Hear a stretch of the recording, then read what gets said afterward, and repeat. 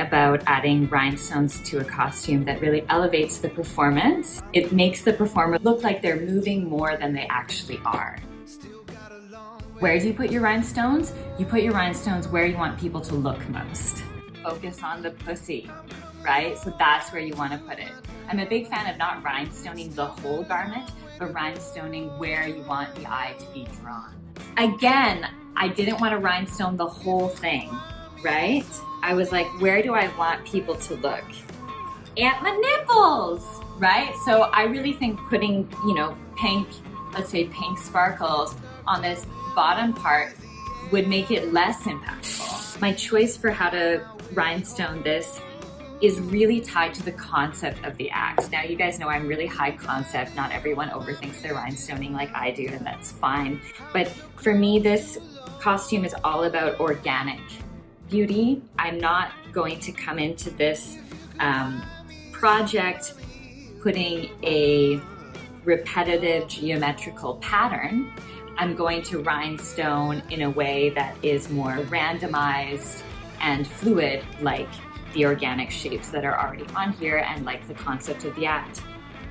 It's really tempting to, when you're first starting, rhinestone the border of something, because that's obvious, right? Following the lines of the garment. But let's say, for example, you're all in soft pink and it's like this dreamy bedroom fantasy, but you've gone ahead and put your stones in really defined lines along the edges of everything. There will be a visible conflict between that choice and the mood of the act. So dreamy means probably an ombre pattern. It starts with the rhinestones close together and then they slowly get farther and farther apart, right? And that gives us this like it's dripping glitter, right? A really soft feeling. So for stretchy garments, when you're placing your stones, you need to put space between them. That's going to allow the garment to still stretch after the glue dries. If you cover a stretched fabric in glue, it's not going to be stretchy anymore. So there has to be like at least micro spaces between your stones if you want it to maintain stretch. And especially for something like underwear, you really need this to mold to your body. With something that's not stretched, you can totally put them right next to each other. This is a stretch material. Because of that, I want to use E6000, which is a glue that when it dries maintains some elasticity. So it's really good for any stretch fabric. I wouldn't recommend using any other glue for stretch. This is really what's going to help you make it stick. You can buy it on Amazon for a really good deal or at your local beading and jewelry shops. You have two kinds. This is the kind you buy on Amazon. This is the kind that you can find at the jewelry store, which has a smaller applicator tip and is helpful if you are doing a really big project, because with the smaller applicator tip, what I could do is go straight on the garment with my dots of glue, right? So if you're planning on doing a project with lots of rhinestones of that size, I recommend getting an E6000 with the little applicator to save you some time. If you're doing smaller stones, I recommend maybe getting this guy because it's a bit cheaper, it doesn't have the applicator. The reason you might not want to use the E6000 is because it's very toxic. So I'm in a room right now with 2 windows, very open. I put on the fans. I'm being conscientious of maintaining some circulation. If I was going to be doing, even in this environment, if I was going to be rhinestoning for more than an hour, which can easily happen, I would be wearing my mask. So I have, you're going to want to buy yourself one of those masks with the canisters on the sides at the hardware store. They're harder to come by now in pandemic times, but that's really what you need to protect yourself from the toxicity of this glue. A lot of burlesquers I know, myself included, have found themselves with pretty killer headaches after rhinestoning for too long, and those are just the short-term effects. So not only is it going to give you a headache, that the effects of that toxicity stay in your body and can build over years. So for this kind of project, I don't necessarily need to use E6000.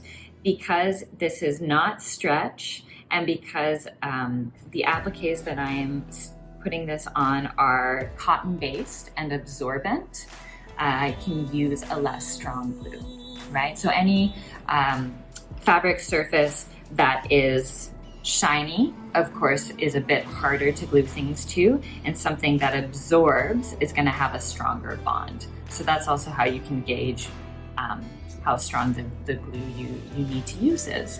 So in this case, I could use an E6000 knockoff like F6000. It's nice because it's cheaper and it's a little bit more liquidy.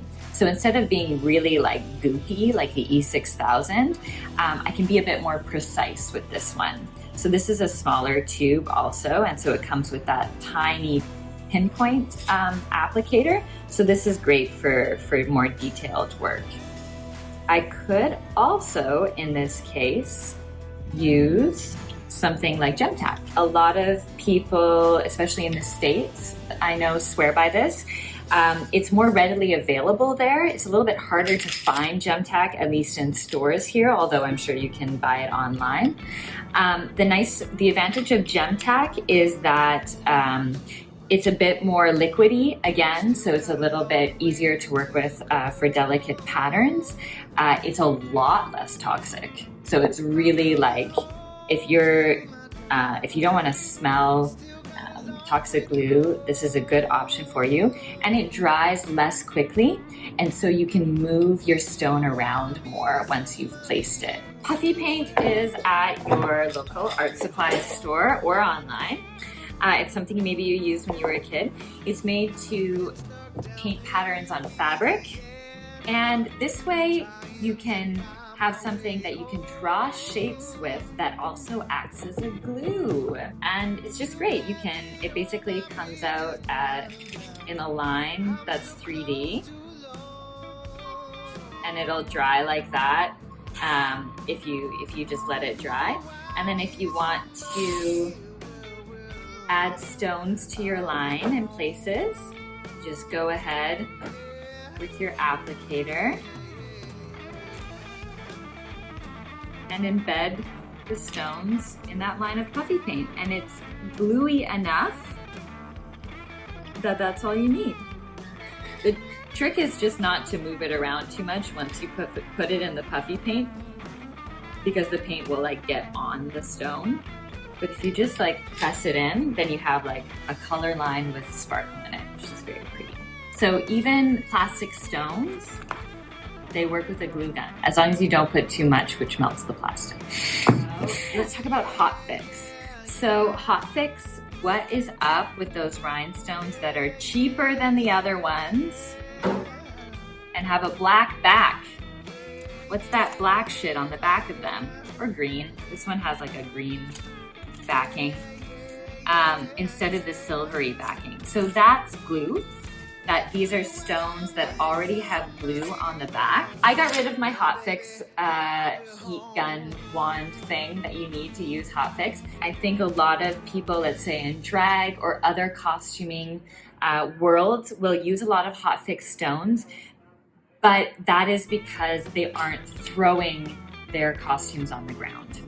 Our costumes in burlesque go through more than any other art form that I know. I'm not a fan of hot fix for burlesque. They don't have as strong a bond to the surface that you put them on. And no, you cannot buy hot fix stones and then use E6000 to attach them, unless you take the time with tweezers to actually peel the glue backing off of each one, which I think we can all agree is a huge waste of time.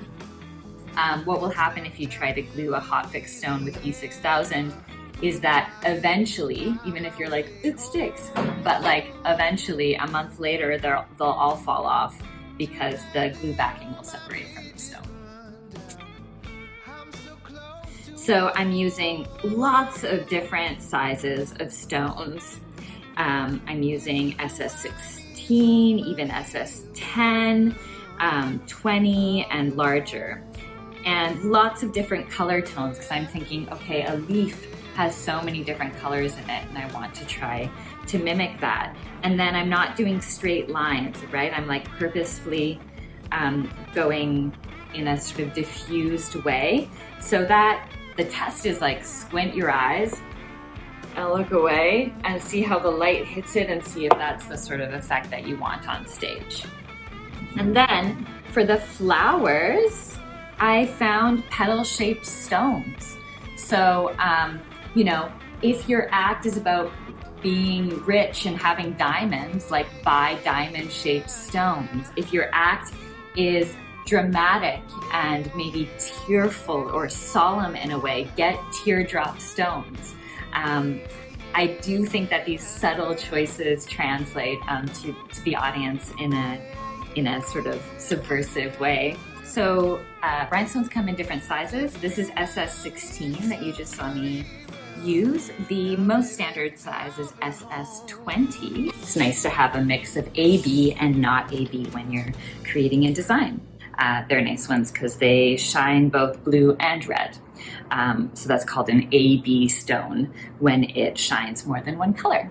Let's talk really briefly about different qualities of stones. I'm a big fan of mix and match, mix it up.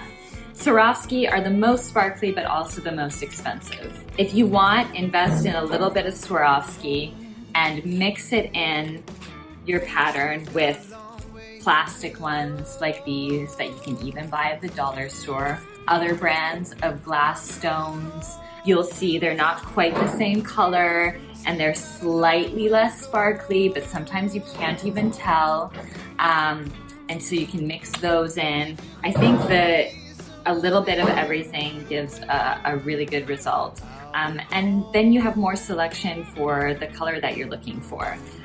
The AB version of a plastic, so this is crystal AB, so it shines more than one color, but at its base it's clear.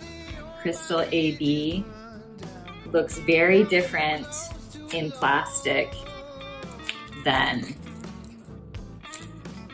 these higher quality glass. And so when you mix them together, you just get more depth and variety. It's really nice.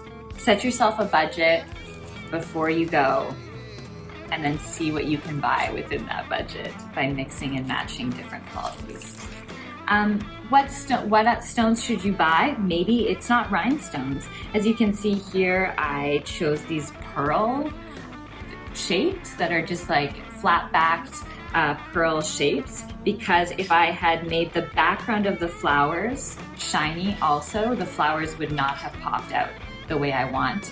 They would have really disappeared. So you want to create contrast. If not, I've seen people, just cover something in sparkles and be really delicate in the pattern that they're making. But if there's no contrast, especially on stage, it'll be lost. It'll just look sparkly, which is great, but maybe not worth all that time. You can buy like bands of rhinestones that are inset in little metal claws. So you see these stones, any stones that are inset in metal claws, like they are often in jewelry or different trimmings that you find, all of these little metal claws are going to catch on everything. By all means use them, but use them sparingly and do not put them in your undergarments. So examples, I'm just going in my treasure trove of rhinestones, which are organized by color, but in bags. When you buy rhinestones, often they come in these little plastic boxes. And if you have rhinestone, this has probably happened to you. You open the box, they go everywhere because it does this like pop thing, and it's like not the best vessel to open and close for different projects. So everyone I know that does rhinestoning seriously is gonna throw that shit away and put the rhinestones that they've bought into a little bag for safekeeping. Oh, these little twist tops are great also. These or bags work really well. What should you put under the garment that you're going to rhinestone? This is a really good question. I want to talk about this because there's a horror story of someone putting beautiful mesh gauntlets on a wine bottle. They ended up putting so many stones on it and spending so much time and putting so much glue that they couldn't get the gauntlets off the wine glass without just ripping it to shreds. So you want to be really careful that when the glue soaks through a material, because probably it will, unless it's a thicker material, there's something underneath there that you can easily remove. The silicone mat is really great for that also because nothing sticks to silicone. So if you want to be sure, put a silicone mat underneath.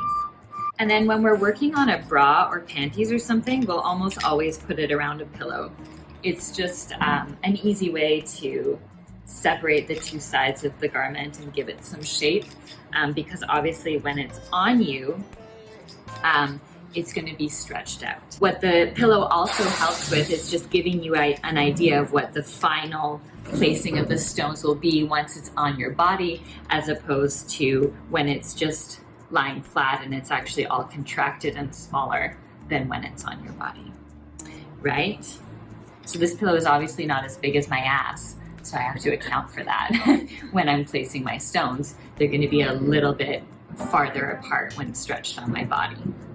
Another nice thing to have in your toolkit is just a bunch of random lids or small containers that you can pour your different colors into. So I'm going from my bag, taking out a few.